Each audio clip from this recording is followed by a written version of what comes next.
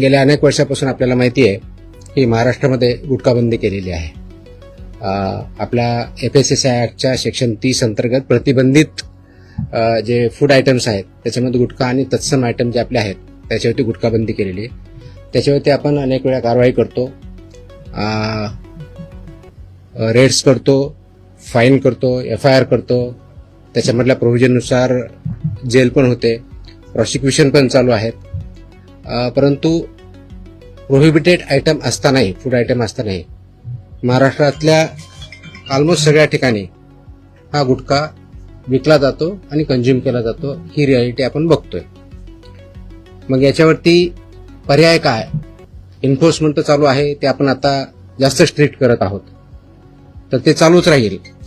परंतु याच्यावरती काही डेटरन्स असा क्रिएट करता येईल का की ज्याच्या माध्यमातून, कारण प्रोड्युसर तर इथं नाही आहेत प्रोहिबिटेड असल्यामुळे, ते बाहेरून आपण जे याच्यामध्ये इन्व्हॉल्व असणारे बिझनेसेस आहेत, बिझनेस पर्सन्स आहेत, ट्रान्सपोर्टर्स आहेत, रिटेलर्स, होलसेलर्स, सेलर्स, हे त्याच्यामध्ये इन्व्हॉल्व आहेत. त्या प्रकारचे रॅकेट आहे आणि ते जर उद्ध्वस्त करायचे तर आपल्याला खूप मोठ्या प्रमाणात स्ट्रॉंग स्टँड घेणं हे गरजेचं आहे.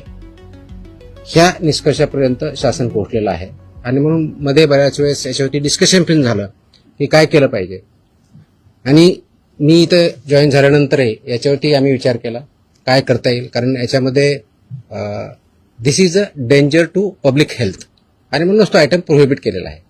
जर पब्लिक हेल्थला जर डेंजर असेल आणि तो आयटम प्रोहिबिट केलेला असेल तरीही त्याचा व्यापार होत असेल, तिथं ट्रान्सपोर्ट होत असेल, होलसेलर विकत असतील, सेलर विकत असतील आणि तो अवेलेबल होत असेल, तर त्याच्यावरती स्ट्रिंजेस्ट पॉसिबल ऍक्शन घेणं गरजेचं आहे. ह्या निष्कर्षापर्यंत पोहोचल्यामुळं आज दिनांक 12 जून रोजी मी मोका लावण्याचे आदेश पारित केलेले आहेत.